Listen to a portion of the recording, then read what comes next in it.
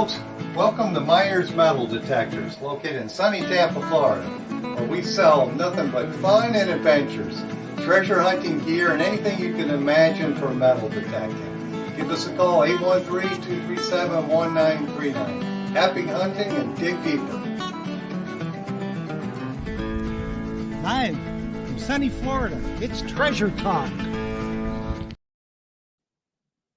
Welcome, folks. Welcome indeed.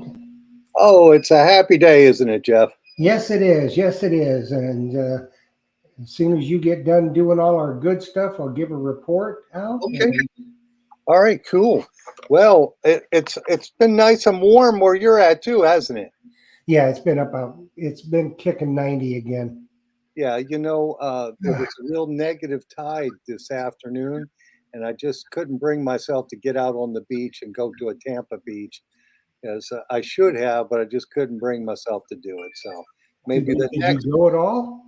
No, the next full moon was probably, or no moon will be in 2 weeks.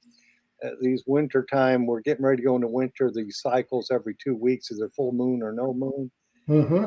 There'll be some real negative tides, and which is a good time for me. I hunt the Tampa Bay beaches. Yeah, well, I mean, you could scoot on over to Treasure Island too. Yeah. Because I think some of the sand is being taken away, isn't it? Oh, nice. That would be very nice. It would be different, wouldn't it? Yes, it would be. It wouldn't be so nasty. No fines. I miss the fines. Well, speaking of the weather, I'm just looking at our forecast. Now, tomorrow it's only supposed to be a high of 80. And then on Wednesday, the high here is going to be 62, and it's going to get down to 38. I'm going to be cold. 38. Oh, my goodness. When it gets that temperature, it's time to break out the fire pit. That's I'll sit something. in the backyard with a little fire pit. The mulled heated up wine. That's what it is. There you go. I tell Justin, no ice cubes in the winter. All right. Well, I guess I better get started here. That was my cell phone was ringing. I hope it wasn't a customer, but I turned it off real quick, and I guess I should turn that sound off. Of course, today's show is brought to you by your friends at Myers Metal Detectors.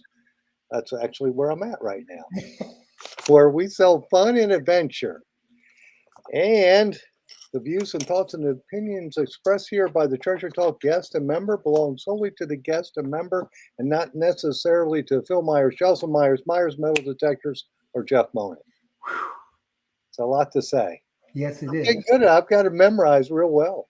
And the purpose, the most important part, the purpose of Treasure Talk is to promote the hobby of treasure hunting and metal detecting in all forms, and to educate our members in a fun, informative manner.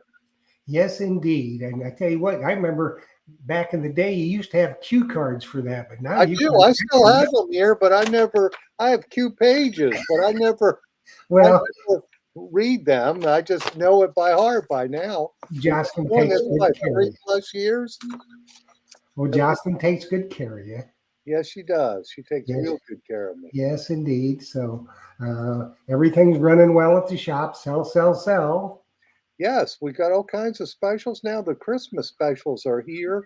If you're wanting a Naka product, you should get it now because that legend comes with the AccuPoint. Oh, we got all kinds of specials. Oh, yeah. And speaking of Nocta, next week is the Nocta Rules the World show. Yes. Alec will be here. Mark Kaminsky, the director of North American Operations. Oh, that's going to be cool. The Diggin' Canuck, who is a Nocta nomad, is going to be here. And we're giving away 3 AccuPoints. Oh. All through the show. So you better be here right from the start. Let me tell you. Yeah, you better be here from the start for that one because those AccuPoints, the really cool thing about those, if you have a legend, it's going to be right in your headphones. And it's rechargeable, like USB recharging, so you're not worrying about batteries all the time. And it's making life as a detector is very easy. And it's got a little window on it so you can see what's going on. Yes. I mean, that is a a really, really nice product. And Yes. Derek wants me to give away 3 of them, so that's Yeah, what give we're away going to three. do. That is awesome. And So- the other thing about that, Jeff, is they're not really available yet here in the U.S. You can get them. They've included them in their legend packs, but to buy it by itself right now is pretty tough right now because they're just in very limited stock on those. And that would be a nice Christmas present for somebody. Let me tell Yes, it would, for you. sure. And if you have not found the entry video, it's been up for a month. Go find it. Make sure that you're entered. First of all, you got to make sure you're a member. If you're going to enter on YouTube, it's easy for you to be a member. You just hit the subscribe button, ring that little bell, ask for all notifications, and then send an email to treasuretalkshow@gmail.com and tell me that you are a new subscriber. Then you find that entry video. It's labeled, it's on there, and you put the phrase in that I tell you, and you only have to join one time, and you'll be entered in the drawings. And that's the only way you're going to win, is you got to be a member and you got to be tuned in to win. So, that's going to be a really, really big show. So you'll definitely want to be here for that. Plus, we got our Christmas show coming up. Yes, that's going going to be a hugie. Yes, I'm going to try to get Big Poppy in here with us, and hopefully we're going to have a bunch of stuff to give away. And We definitely will. Some Yeah. size each, maybe. yes, some artwork. Yes, That's right. A little size each. And, I've been real busy booking shows for you folks. I'm just going to give you a little taste of what's coming down the line. We're going to have a really good show with the best women detectorists in the world show. This is after the first of the year. And we're going to have a sea hunt show with Mark Littleton, Captain Fizz, and Brad Williamson. And we're also going to have, this one's going to be a good one. All you people out there that are fossil hunters, this is one you're going to want. It's Epic Fossils. This kid is good. I mean, he finds 6.5-inch megalodon teeth all the time, all kinds of stuff. So if you're a fossil hunter, this is definitely a show that you will want to be tuned in with, because he's going to give you all kinds of tips. It's going to be a great show. is he based out of Florida, Jeff? Yep, he is. He is a Florida boy. Yeah, there's a lot of fossil hunters here in Florida for sure. Oh yeah, I mean, there's a lot of them. They hunt Peace River and all that kind of stuff. But these guys, they get out there, and in these other rivers and these smaller canals and stuff like that, and they're diving down in there, coming up on gators and stuff. No thanks. I'll pass on that one. I will too. I'm not doing that. That's the first thing I asked Rick Tumbleson about when he fossil hunts. Do you see any gators? Oh yeah, they're everywhere, but they leave you alone. Oh yeah, until they come up and bite you. Well, Rick, what are you going to do with him? I used to go in the lakes and the swimming areas 25 years ago, but then I didn't have good sense. So now I don't do the freshwater hunting anymore. That's right. I don't either. So we better get after it, hadn't we? Yeah, we better get after it. We're talking too much. We've got an excellent guest tonight, and let's bring him on. Yes, indeed. This young man has written a book that is a really, really good book. He's a very, very talented detectorist. We're going to find out all about him tonight, what he does and his book. And one lucky person is going to win a copy of his book. So let's bring him on, Ken Cunliffe. Hi, Ken. Welcome, Ken. Thanks for the young man comment. I don't get that much, so To me, everybody is a young man. yeah, appreciate that. I know what I had to do. You know what I forgot to do? Pardon me, Ken. Phil, I forgot to give an update Yes. on the Mumbles man's daughter, Jennifer.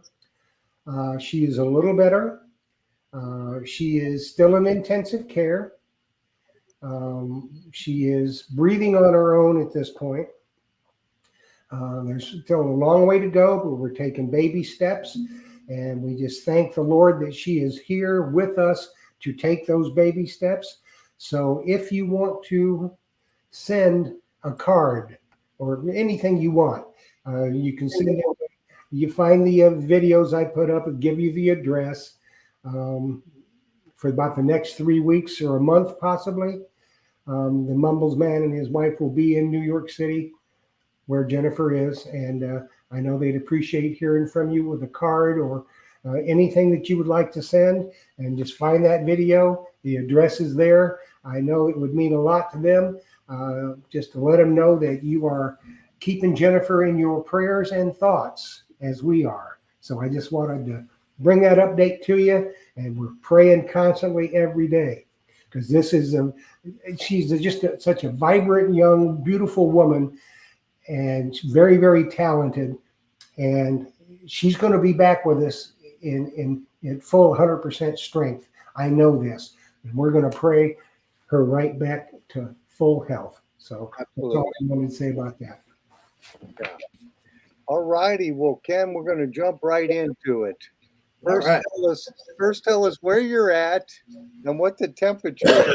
I'm in Mount Wolf, Pennsylvania, and the last time I checked, it was about 60 degrees, so it wasn't too bad today.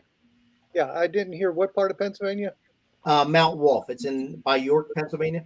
Oh, well, you're I grew up in Maryland, so I had family up in York, Pennsylvania. Oh yeah, not too far, about maybe 50 minutes from Maryland. So. Yeah. All righty. So let's talk a little bit about the equipment you're using and how long you've been detecting. So I've been detecting almost 8 years now. I started out with a 30-30. Also use a Deus. I'm currently using a Manticore. And I have an Nocta as well. So just depends on what I'm doing is what I use. I have a kind of a favorite for each thing. I think all the different brands are good, right? It's just learning how to use them right. So they're all good. So I kind of utilize them all. So okay. Well, I got to ask, what got you into the 30-30 to start with? So that was actually my first detector. I used to drag race, and when I stopped drag racing, I was watching YouTube videos, and for some reason, some metal detector video was on my feed, right? And it was, I forget who it was, but it was a guy with a 30-30. So I would just watch his videos all the time, and that was my first detector, a 30-30. Okay, cool. You jumped right in it with one of the big ones. Yeah, I'm hoping that the newer machines, maybe we'll get like a high-end machine that's got like the GPS again, the fines marking. I used to love that about the 30-30, where you could see your path on a field. You could look and overlay your different paths to see if you missed any part of that field, and then you could mark all your fines. And I love that. That was a really cool feature. Okay, well, we'll get some questions right off the bat here. The one from Philip Wills is saying, did you find the CPX a bit heavy to swing for a long time? So I actually started out with the big coil on the 30-30 too. And with the 30-30 and the big coil, I would say the first couple weeks I had some arm fatigue, but after you swing it for a while, you can just kind of get used to it. And I didn't have any problems at all after that. He was trying to do a wheelie with the metal detector and things so heavy. Yeah. You know, it is balanced pretty well. Yeah, it really is, with the battery in the back and everything.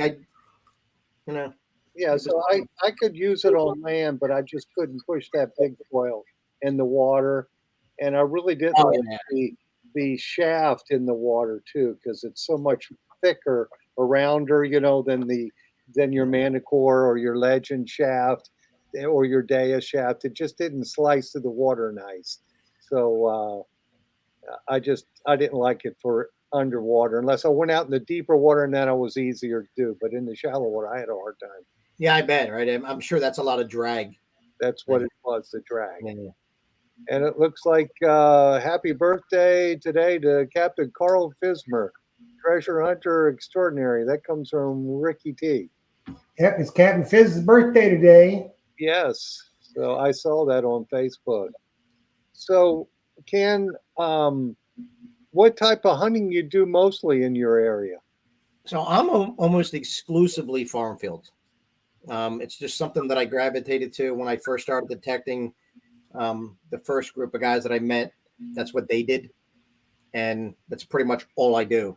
I think I've only ever hunted a home site 2 or 3 times ever, and I hunted one a few weeks ago. Right, I had posted something in the Facebook Marketplace, and somebody responded, and they had a house with some land, and they followed me around the entire time. Really nice people, but part of the reason why I like farm fields, you can just do your thing, nobody bothers you, and you can spend hours out there. Yeah, we had some other questions on there. Jocelyn just told me, and I've lost it. I can't. What's the most valuable thing you've found in Pennsylvania? That's from Roy Goodall. He's asking that. I mean, it's I don't usually put a monetary value on things. It's things that when I find something, I would never sell it, right? And so I guess in Pennsylvania, probably a real, Spanish real. Um, most of my detecting, I moved to Pennsylvania about 3 years ago during COVID, right? So I didn't get out a whole lot in Pennsylvania until recently. So almost all of my hunting was exclusively in New Jersey or in England. Um, in New Jersey, I found 2 George Washington buttons. Oh, I found a bunch of reals. I think I'm at 15 reals now. I think it's my count. I found a Spanish real cob, a hammered cob from the 1600s in New Jersey. So that's probably my favorite coin with the hammered cob. And then the GW buttons would be probably the relic that I value the most yeah, personally. those are pretty cool. I've seen you always see those in American Digger every once in a while. Somebody will find one of And those. it was funny the first time I found one, I didn't know what it was. I was with the guy and I'm like, hey, what's this big button? And he literally looked at me because 2 were found on that field before, but I didn't know. So he comes running over and he grabs the button and he's like, you don't deserve it. I'm like, well, what is it? It's a GW button. I'm like, what's that? Like I was literally detecting like 3 months. I had no idea. Oh, that's And yeah, and I felt a little cheated because I didn't feel the thrill. right. Of And knowing I what dug it it. I was like, was. I knew it afterwards, but Yes. then about a year later, I dug another one from the same field, and then I was able to experience that rush. Yeah. Hey, So that was, the question that we've got here from Philip: how good is the land for preserving the pine? and that most farm fields with all the chemicals and all the stuff they put on them, most of your coppers are kind of rough. Yeah. There's a couple fields here and there that we used to hunt that had a very sandy soil. So all my really good coppers came off of that field. And then the rest of them all just, kind of rough. But I still love them anyway. Okay. So, what do you like about the Manicore over like the Legend and the other detectives you mentioned? One of the things that it's all about information for me, at least, right? So I tend to dig everything anyway. You just never know. I've dug things. I'm like, wow, I didn't expect that, right? So I'll usually dig anything anyway, but it's nice to have extra information. That 2D screen where, I was recently in England and one of the guys I was with, he's like, hey, can you show me that 2D target when you have multiple targets in the ground? I'm like, yeah. So sure enough, there was one, it was like a little round target right on that conductivity line. And then I had something up above. And I'm like, I'm pretty sure that's a coin with something else in the hole. And sure enough, it's exactly what was in that hole. So it just adds extra information. It's helpful. But I tend to dig anything anyway, everything. If it makes a noise, even just one way, it's faster just to dig it and figure out what it is than to kind of, move 90 degrees, swing it, move 90 degrees, swing it. If I hit a repeatable tone, I'm digging it and moving. Yeah, well, you're right. It is faster to do that, especially Yeah. you're in farm fields.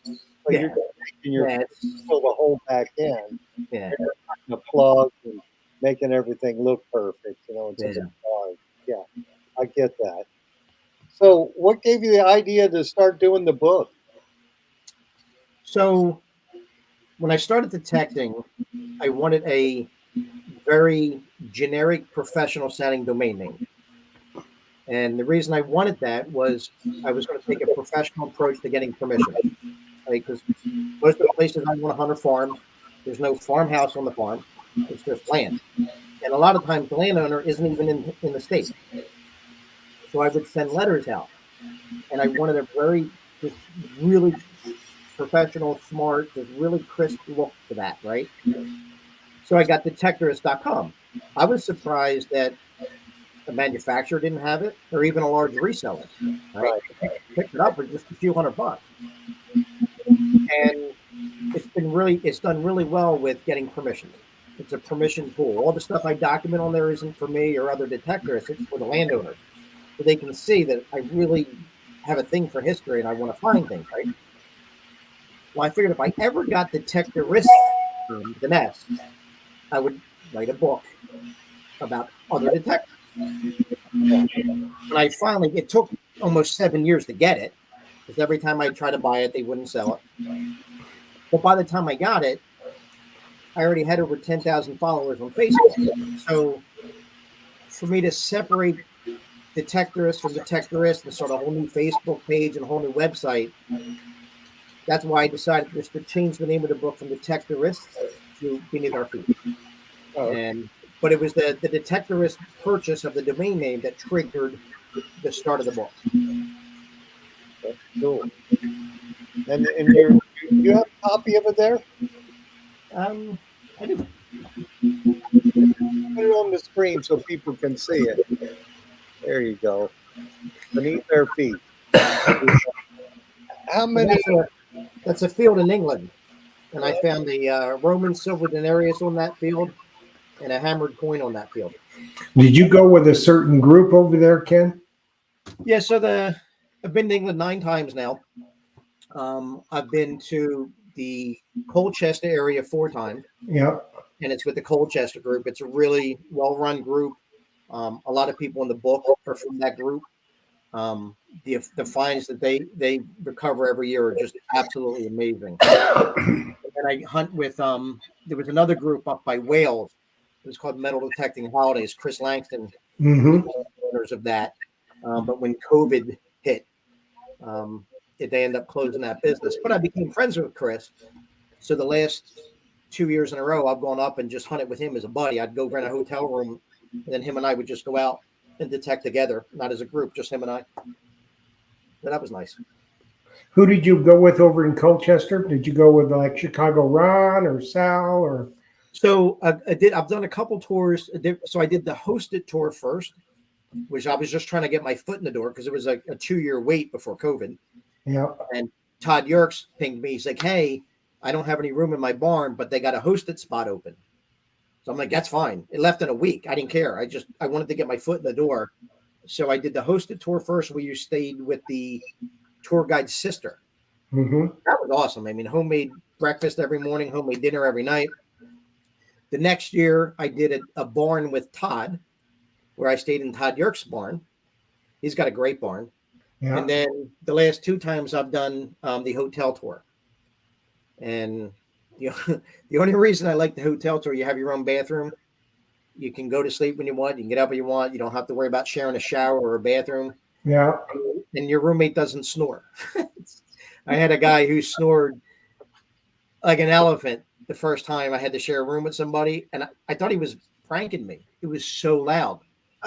And I found it really hard to sleep. So I kind of like the hotel tour because you have your own. But like Todd's tour is really nice because he knows the fields well. He caters to your needs. Like if something happened, he would take care of you. One of the guys on the last trip, the guy got COVID. One of the guys we were with, and by the 5th or 6th day, I started getting sick. So I ended up, I was doing a 2-week tour. I missed a week because I ended up getting sick. So That's bad. Well, when I went over there, we were in Colchester, and we each had our own room. Yeah. We shared the bathroom, but that was all right. Yeah, that solo room thing's a big deal. That I'm too old to share rooms with people now. I just want my own room. I want my own bathroom. I Well- kind of like that myself, but it wasn't available, so that's what we got. What we got. So Yeah. we had a blast over there. Been trying to talk Philip into going, but One it's day, not happening. one day, What, Hey, that's hey. what we get one day. one day. Hey, have you found a gold coin? A gold coin? No? I have not found a gold coin. It just eludes me. Not yet. Someday. Not yet. Okay. Yeah. Well, I'm the same way. I've been looking a long time. It hasn't happened yet. You found a gold coin. Well, that was in somebody's car. They had brought it to test a detector. And then they thought they lost it in the shop here. But they came back the next day and I found it in the car.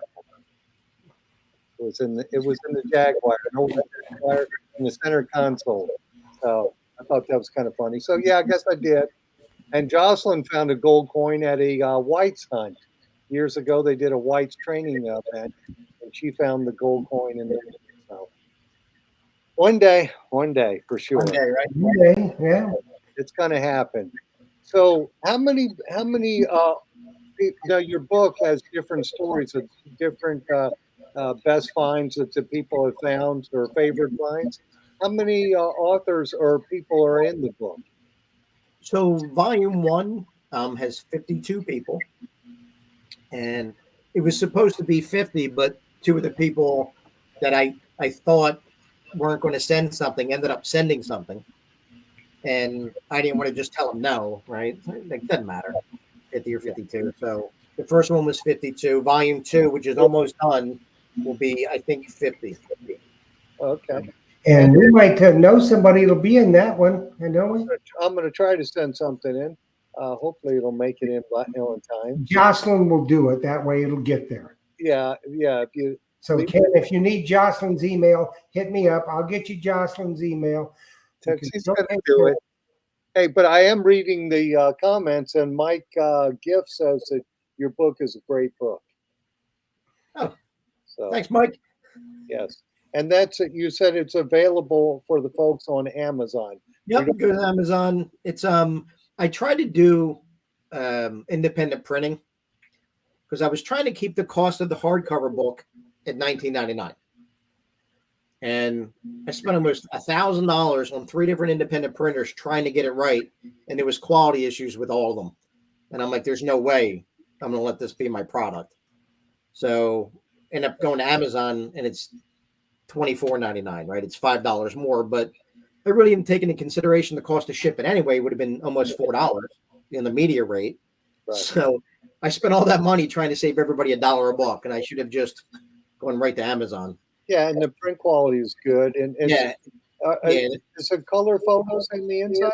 Yep, it's full color. And then this way, if something gets lost in shipping or it's damaged, they'll send a replacement at too, right? So there's a lot of benefits, and then I don't have to worry about going to the post office every day, right? Yeah. So and getting boxes to ship everything in. So it actually is a better solution. So volume 2 is going to be right to Amazon. Yeah, and it's everybody in a relic book, you want to see everything in color anyway. Yeah. So you can see the images. It's like American Digger magazine, Right. that quality of color. So it'll be something that people hold on to for sure. I got a really nice email the other day from someone who said, and I didn't think of this when I wrote the book, but they said when they're feeling down or like they're in a slump, they'll look at the book and it's almost like a motivational tool that one of these things could be in your next plug. And I never thought about that. And that's kind of cool. I really appreciated that feedback. Yeah, that is true. That's like, you're feeling bad if you're fortunate enough to be in an area where they have a metal detecting club. You go look what other people are finding and get you motivated to go out and to search. Because let's face it, you sit home on the couch, you're not finding anything. Not finding anything, but everybody has dry spells, right? And Oh, for so sure. they said it was helpful to them. So that I appreciated that. That was cool. Yes. Now, do you do any beach hunting? I do not. I've almost exclusively farm fields. I've I think I hunted the beach one time with a friend who wanted some company. And then Joe DeMarco, God rest his soul. I lived near him, and I was talking to him one day, and I was in his shop, and he had all these 8 reals on the ground, like on his display case. And I was like, "Oh my God, where'd you find those?" And he told me, and he's like, "This is where you want to go." He pinned it on a map for me, and I went, and I couldn't find anything. And I talked to him later, and he's like, "Well, did you go by the dock?" And I said, "No, I didn't even see a dock." And he's like, "Well, if there's no dock, it's sanded in. You're not going to find anything. You got to wait for a hurricane." So the one time I went, like, trying to get an 8 real, the sand was too high. Yeah, so it must have been a shipwreck then, huh? Yeah, up the coast of Jersey, and I guess what they were doing is they were pumping sand from out in the bay into the beach area. But I guess from what I heard, they discovered where that is now, and now they don't pump sand from there anymore. So I think that'll stop. Yeah, Yeah, that's a bummer for sure. yeah. I tried one. You can be like on our Treasure Coast down here. They replenish the beaches way, way too much, but they're bringing sand from the interior of the state. Oh, really? Yeah, so it's not even good beach sand. Yeah, that's a bummer. Oh, let's see. We got a comment here. Just wanted to say thanks to Ken for letting me in his first edition of the book, and that was Jimmy Crossbones. Yeah, Jimmy Tippett. Yeah, yeah, he's the club president for the Central Florida Club. So Yeah. what was his favorite find? I got to ask that. So his favorite find was the Jimmy Tippett treasure. Oh, the whole hoard of it. Yeah, so there's Jimmy's. Yes. He found gold escudos and gold cufflinks, and it's an amazing find, and wonderful man to talk to, very kind, and it's really cool. Really great guy. So thank you, Jimmy. Yeah, he's. I have his magazine in American Digger when he printed some of those pictures there that you have. And Oh, okay, yeah. I think Mark Hoover wrote an article about him. yes, he American did. Digger. Yep. And everybody wants that copy of my magazine, and it ain't going. It's mine because it was the fastest sellout of all Butch's magazines. Was that? Oh, was it? Yes. So if folks want a copy of that, all they have to do is buy the book. It's in there too. That's perfect. Yeah, well, they need to buy the book regardless. Yes, but it's got some good history in it. So this is from Joe 4077. When I need inspiration, I go to Mel Fisher's Museum in Sebastian. Yeah. The same thing. You'll see the same type of pictures of Yeah, what Jimmy Crossbones to put in there. Yeah, and that brings me to another thing. I should have mentioned this at the outset of the show. Like I said, we're working hard getting guests. Well, Philip, I don't even know if you're aware of this, but we're going to have on the show Nicole, which is Mel Fisher's granddaughter. She's the curator of the Mel Fisher Museum in Sebastian.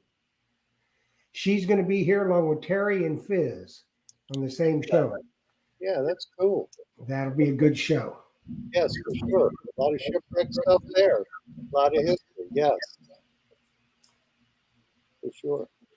Do we have any other questions up, Jeff? So what was page 80? Jimmy's page. Oh, he's got that down there. Yeah. Yeah, I see that. Yes, for sure. Yeah, and if you ever saw the documentary on Jimmy on Facebook, YouTube, it's amazing. They did a really good job with that. So you should check that out on YouTube if you haven't seen it yet. Okay. Hey, Jeff, Philip Wills is saying, is she going to be live from the museum? I think so. Oh, that'd be interesting. I think so. And Terry may be over there. Go over to the museum with her. I don't know if Captain Fizz will or not. We're still coordinating. Okay. I just thought it'd be a good show. Everybody'd like to see that. Yes. And Dirty Paws Detecting says we need to get Sid and KT back on. They're coming in December. So, Ken, what other authors have you had in your book, Incredible Finds, that you think? the book has such a diverse range of finds. It's really hard to pick like a specific find that stands out there. It's amazing. Like you turn the page and it's just crazy. And I mentioned this before, but when I was doing volume 1, people would send me photos and info on their find. And every time I'd open my email, I'd be like, oh my God. Like the things that people have found and the things they were sharing with me were absolutely amazing. Gold coins and beautiful gold seals and, GW buttons and all kinds of crazy stuff. Like Dave Weiss has 12 GW buttons, or 13. I'm sorry. I think he's got 13. It's crazy, right? 13. So, Yeah, that is impressive. 13 of them. Yeah, I have a similar experience here in the shop. A lot of times, I'll have guys bring stuff in that they found, on a weekly basis. I'll be seeing something else, and I go, "Wow, it's crazy, right?" Yeah, because the guys who come in here a lot of times, everybody's got to show off what they found, so it does get you excited about going. I mean, it really does. Just cool things like a gold thimble. Sometimes you get 100-year-old gold thimble, and I've dug silver ones before, but never a gold one. And just so wow, that's cool. Yeah. So I know in your book. Diggers TV, KG and Ringy put some stuff in there. Yeah, so I know them from a hoard we share together. So over in England, in the place by Wales, Aqua Chigger, Jocelyn, and Ringy were over doing the first tour with that Metal Detecting Holidays group, and they had found 7 hammered coins on this one little field we called Hammered Hill. So then I went that was in September. I went in March of 2018, and I was with Brandon Rainese, Dr. Tones, and some other friends, and we found 7 more. And it was officially declared a hoard. And now the count is up to 46 coins. But I knew Tim from that, and I reached out to Tim. He was one of the first people that I talked to about the book. And he's like, absolutely. I mean, of course he's going to have a ring, right? So he used the ring as his favorite find, but super nice guys, so down to earth, just really cool people. And did George put anything in it, or just? Yep, he's got a Civil War tag, a railroad tag. Cool. Yeah. And have people put like beach finds that aren't historic, just modern jewelry, or do you do any of that? I haven't had anybody submit any jewelry yet, besides Jimmy's cufflinks, right? The gold cufflinks. One of the people that's going to be in volume 2 found a $51,000 ring and gave it back to the person that lost it, which I thought was cool. Give it back to him. Yeah, gave it back to him, that's awesome, right? Imagine losing that, and then all of a sudden somebody gives it back to you. That's pretty cool. Yeah, I hope they got a nice reward. When they give it back, if something like that to me, I would give them a real hefty reward for that. Yeah, it's pretty nice, right? And the pink power, yes, it's land, water, it doesn't matter. You can find it on the moon. If it's your favorite find, then it can be in the book. Yeah, it's going to be tough for me to pick out a favorite find because I have so many. They're probably not valuable, but to me, they're just like awesome. It's an awesome piece of history. Yeah, like for me, I had a couple, right? I have my Roman silver denariuses. Those are really important to me. My hammered cob, my GWs. But the fact that the very first time I went to England, I was part of a hoard. I have a piece of right? To me, that's what made my favorite find my coins from or my one specific coin from the hoard. Yeah. So did they put them in a museum, or what did they do with it? So when you find something in England in the ground, it belongs to the crown, right? And you need to submit it to the flow. You get paperwork, and you get an export license and bring it home. So it takes about 6 months to get your stuff after you find it. If it's deemed a treasure, they'll give you money for it, but they keep it. With our hoard, it wasn't deemed treasure, but they asked if we would donate it to the local museum. And every single person that was part of that horde donated their coins to the museum. Yeah, that's cool. Yeah, that's cool. Because after I'm gone, nobody's going to care, right? I mean, nobody's going to care. So I'd much rather have it in the museum. I think it's in Whittington Castle. That's Whittington Castle. Yeah, that's cool. You know, as long as somebody doesn't scrub it with a wire brush. You know, I was in the museum here in Tallahassee, and I looked at some of the fort artifacts that they had, and some of the buttons, it looked like somebody took a wire brush and just went over it. And I was thinking, oh my goodness. Did they really? It looked like it. Because I know what it comes out of the ground as, and you could tell with the patina and everything. I never clean anything like that. I just leave it the way I found it. But when I looked in this museum, I was just like, oh, that pains me to look at it, for sure.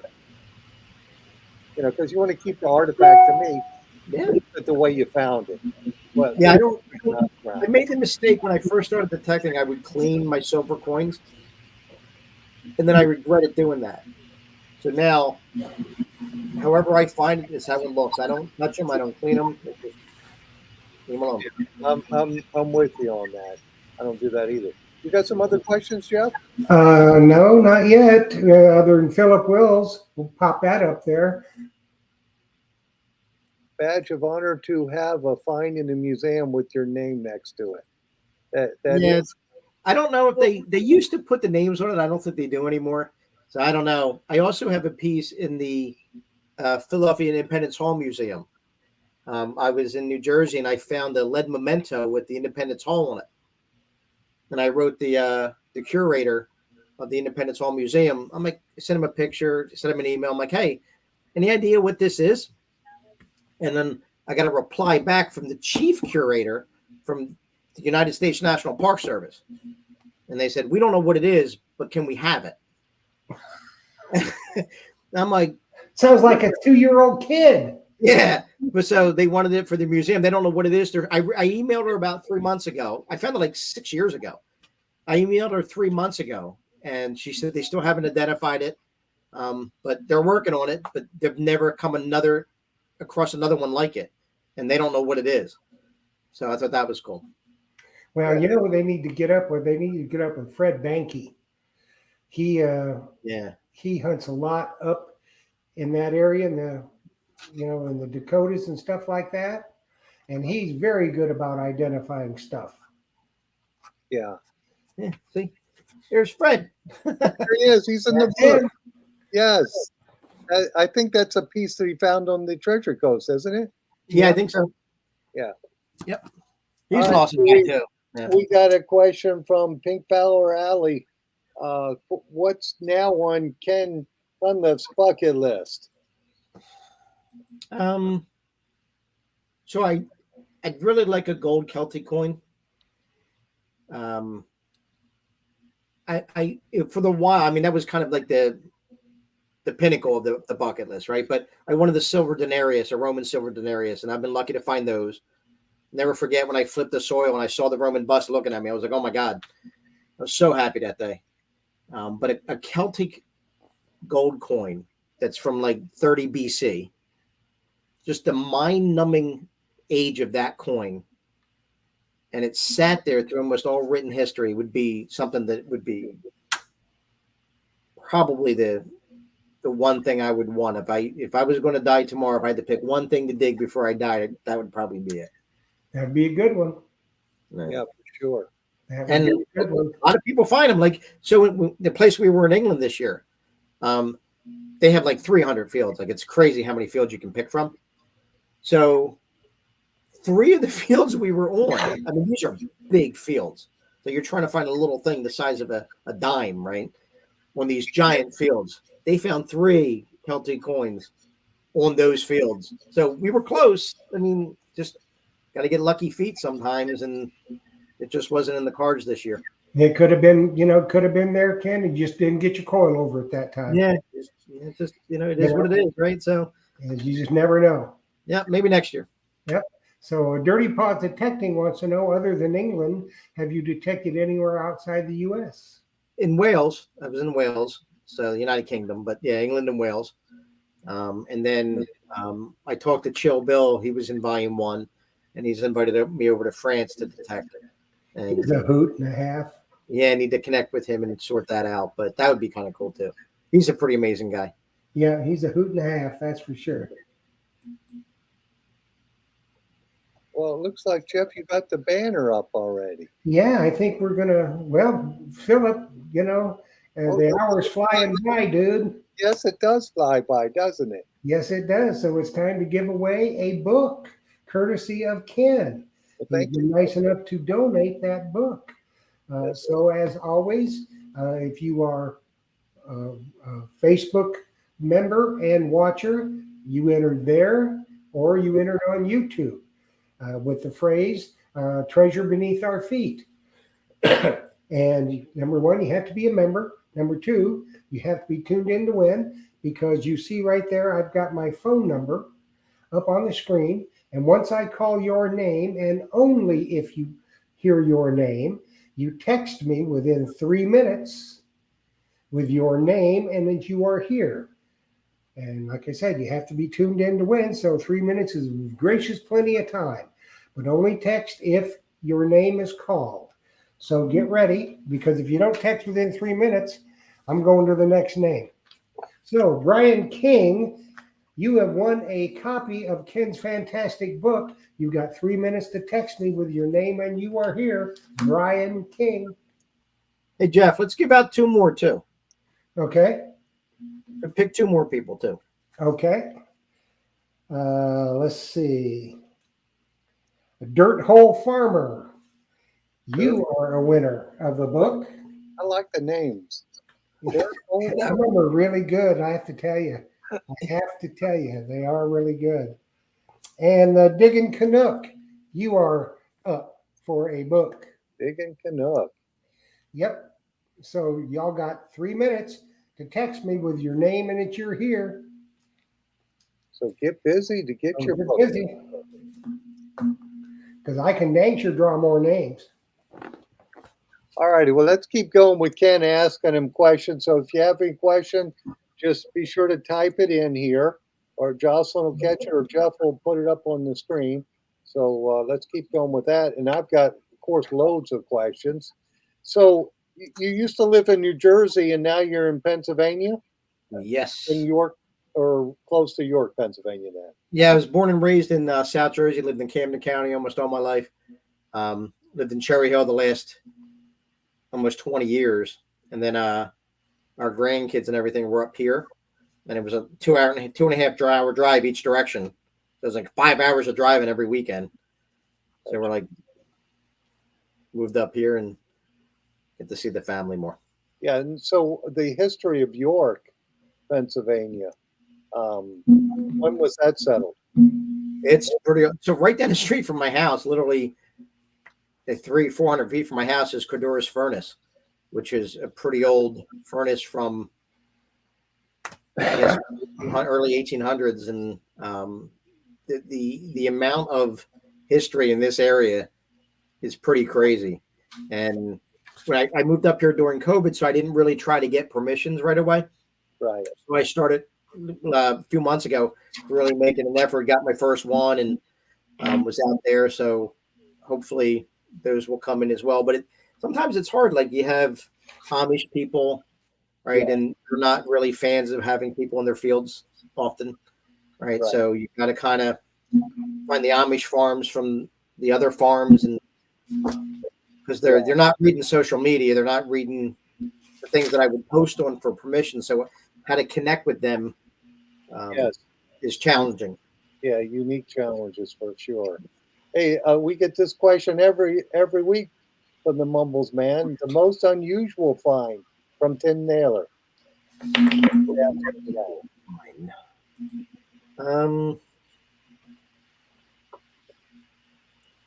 Bridge of a denture set, like an old, I guess, like false teeth, but it wasn't like modern false teeth. It was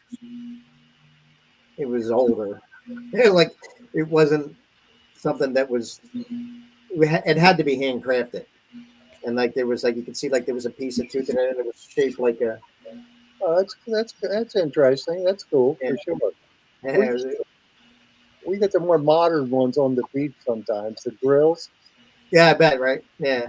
When I found my first one, I was wondering, what is that? And my daughter said, "Oh, Dad, you found somebody's grill." And I had to laugh about that. But yeah, that's an interesting find for sure. Yeah, it was definitely different. It took me a while to. I'm like, what is this thing? And I'm looking at it and brought it home. I'm like, I know what it is. Yeah, it makes you think. So Yeah, I because there wasn't like a top on it. Like I don't know if it was wooden or there just wasn't anything on the top. But once you figured, I'm like, okay. okay, and then this one is from John David. He's asking, "What's your oldest coin?" I guess found in the U.S. and then found in England. Yeah, so the oldest one in the U.S. would be my hammer.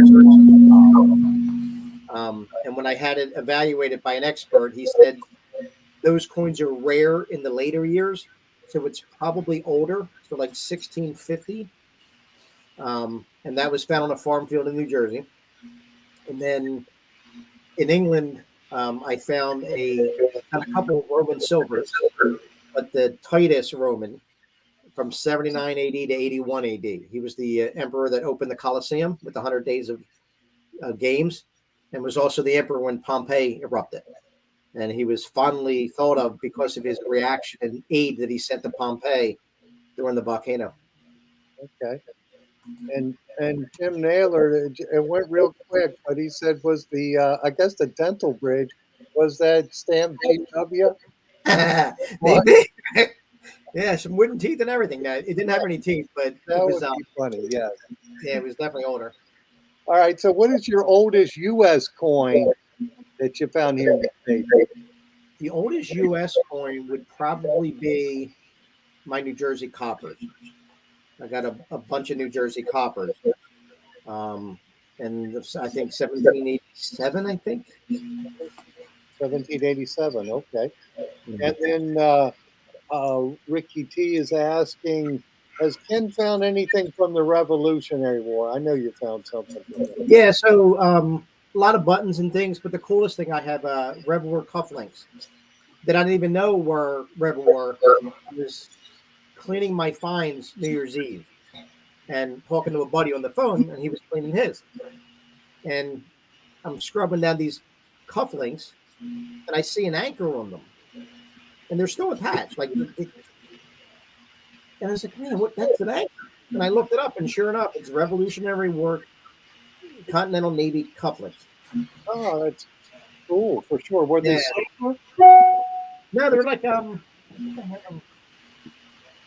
I think they're copper. I think they were probably plated.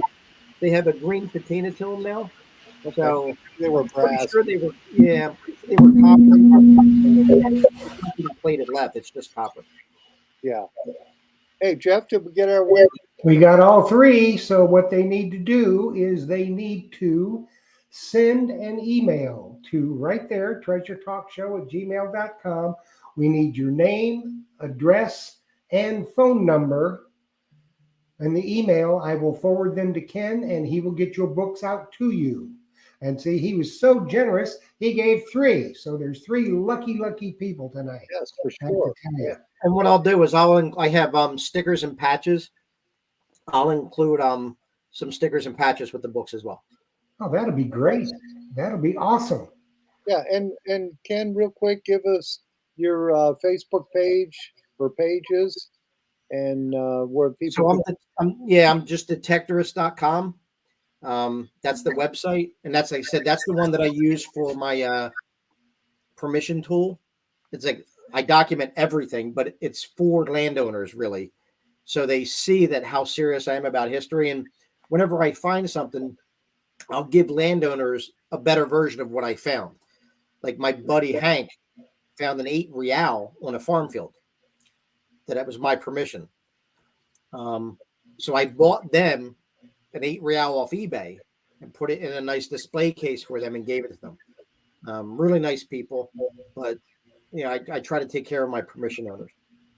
Yeah, I always tell builders because I hunt in my area that the deer houses down now put a nice 3-story in where once was a 20 bungalow. So I tell landowners I'm looking for a gold or find out from one of your sites. I'll be buying one, but I'm going to keep the one I find. But Yeah, I'll like you yeah, exactly. The one I find is so valuable to me. right, Even if it's dinged and dented and tarnished, and right, that is so important to me, right? Like this, I wear the tightest Roman coin on my neck, but it's not the one I found. The one I found is right there. I bought one off eBay just like it that I wear. And if I yes, lost this, I don't care. If I lost that, yeah. I'd be gutted. Right. So that's So nice that you do that for the landowner for sure. yeah. Yeah, that's awesome. And it looks like Sam Truckley said, "Thanks for being so Oh, generous for yeah, giving thanks. me the free books." Yeah, thanks for joining the show, guys. I really appreciate it. Yeah. So detectorist.com, they can go there, and then do you have a link there to your book to the Yeah, Amazon? so there's a link on the page in the store that takes you right to the Amazon page. Okay, perfect. So So if somebody wants to pick that up, they can do that tonight too, for sure. If they yep, want. and I'm leaving for digging in Virginia on I think Wednesday night. So I might not be able to get the books out till like Tuesday or Wednesday of next week. But they're coming, I promise. It's They'll just that wait. I'll be in They'll Virginia. wait. I got a question. Do you ever do like metal detecting club meetings as a guest? So we have as a so I was going to be a guest speaker on at my own club for how to detect in England. Yeah. But I had something come up the last 2 meetings in a row. So that's one of the types of tours, touring in March compared to September. What's the difference? What to bring with the pack, you know, things that you don't think of until you get there and something goes wrong. You're like, oh man, Yeah, right? So, spare part. yeah. So I bring spares of everything. And one of the guys that I detected with this trip is a friend, and I said, man, make sure you bring. And sure enough, his pinpointer broke. And he's like, you got an extra pinpointer? I'm like, yes, I do. But it's because I've been on trips where I lost my headphones and I had to detect 7 days without headphones. Yeah. Like they broke, right? So, Yep. so you learn that I broke a coil, but I had a spare coil. And then one time my detector just stopped working. I had a spare detector. So I bring doubles of everything when I go to England. I did that. I took both Deus, and I always have at least two detectors. Yeah. And at that time, I just had the Deus one, so I took both Deus ones. I took 5 coils, and Mumbles Man was there with me, and the mount for the RC on his broke, and he Oh, didn't yeah. have a spare. So luckily, I just get over and give him my other shaft, so he was able to hunt. Otherwise, he'd have been in a mess. Yeah, it really does pay to bring spares because the unexpected will definitely happen. Yeah, you said you were going to DIV, Digging Yeah. in Virginia hunt. So where's that hunt this year? Honestly, I don't even know. I'm driving down with my buddies. It's my first one I've ever been to. One of the things that it's kind of weird when you hunt in England, sometimes it demotivates you to hunt in the US. Yeah, Because in England, like the scale of the age of things you can find is so vast. Roman, silver, gold, Celtic. So in the US, I kind of have to, kind of do things I haven't done yet. And I've never really done Civil War digging, and I'm really interested in that. So that's why I'm going. They said, here, go sign up. So I did. I don't even know where it's at. If anybody knows where DIV 55 is, but I'm going out with friends. I'm traveling with them, carpool, and so they know. I've done one of those. I've done a DIV hunt, and it was fun. It was in Culpeper, and I was red from head to toe at the end of the day. All that red clay or whatever it is, but it was fun for sure. Yeah, I thought, I look forward to it. yeah, I I like find hunting with friends what makes it more fun. Going with people and just having fun and just being with buddies, right? That's just a really nice part of the hobby. just hanging out with people. Yep, it sure is. Hey, I got to read one comment because it looks like we're getting to the end here. And this is Sure. Martin Bishop. He says, "Great show, guys. I enjoyed. Thanks, Ken. Thank you, Ken, for sure. Also to Jeff, Phil, and the special one, Jocelyn, for all the work she's doing behind the scenes over here. So I had to say thank you to Jocelyn too. But Jeff, it looks like we're about done, my friend. Well, here's a response. Martin Bishop, thanks you so much. I do often feel invisible. She'll never come on the camera. We told her, come over here. But she'll have none of that. She doesn't like the spotlight. No, she doesn't. That's so funny. All righty. Well, anyway, thank you for coming on here, Ken, and thanks for giving away the books for sure. Yeah, And I appreciate you having me on. Thank you so much. yeah, and you folks, if you didn't win the book, it's readily available and it's a good read, and it'll get you pumped for going detecting again for sure. I'll tell you what, let's give away 2 more. I don't know if we have time, do we, Jeff? Let's see. I haven't got any names drawn. Let's see what I got. Do you want to? Yeah, let's just do that. Let's do. Well, let's do. We'll take the time. Let me find some names. If they're still on, hold on, Yeah, guys. yeah, they may not be on yet. They might think, oh, it's 8 o'clock. I'm hitting a row. I'll tell you what, Ken. Let's do this. Why don't you send the books to Phil, Okay. and we'll give them away on the Christmas show. Yeah, we'll do it on the Christmas show. Perfect. All right. So do me a favor when you send the list of the people, Okay. send me Phil, send me your address, Okay. and I'm going to send them books that I have because I have like copies that I've just printed and give away. Okay. But I'll send you direct from Amazon. I'll send you a few so you can give away maybe a couple shows in a row, or maybe give them all away at all Christmas, whatever you want. Okay. But I'll ship those directly to you from Amazon. Great, great, great. Perfect. Thank you so much. We better get on out of here because Phil's got to take Jocelyn to eat. Yeah, we got to go home and eat dinner. He just works her like a trooper, and then he don't want to feed her till May, She's just wasting away for sure. I know. Golly. So Ken, thanks so much. There'll be some people that'll be in touch with you about possibly being a guest speaker at their metal detecting club meetings. That would be awesome.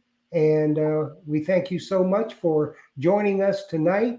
It was very, very informative. And thanks again so much. And remember, everybody, go find the entry for next week's show for the Knock the Rules World show.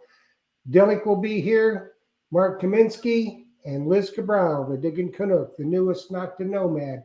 So be here, and you may win an AccuPoint. Yes. So, Philip, thank you. Tell Jocelyn, thank you very much. She knows I love her. Yeah, she hears. She hears you. Okay, And good. thank you. Appreciate it for you coming on here tonight with us and sharing your wisdom about detecting for sure. Yes, indeed. Yes, indeed. So we will see you again soon, and I will be in touch. I'll send you all that information, and we'll be good to go. Sounds good. Thanks, guys. Thanks, Ken. Appreciate you. All right. Philip, thank you, my friend. Thank you, Jeff. Everybody, thanks for watching. Happy hunting and dig deeper, and we'll see you next week.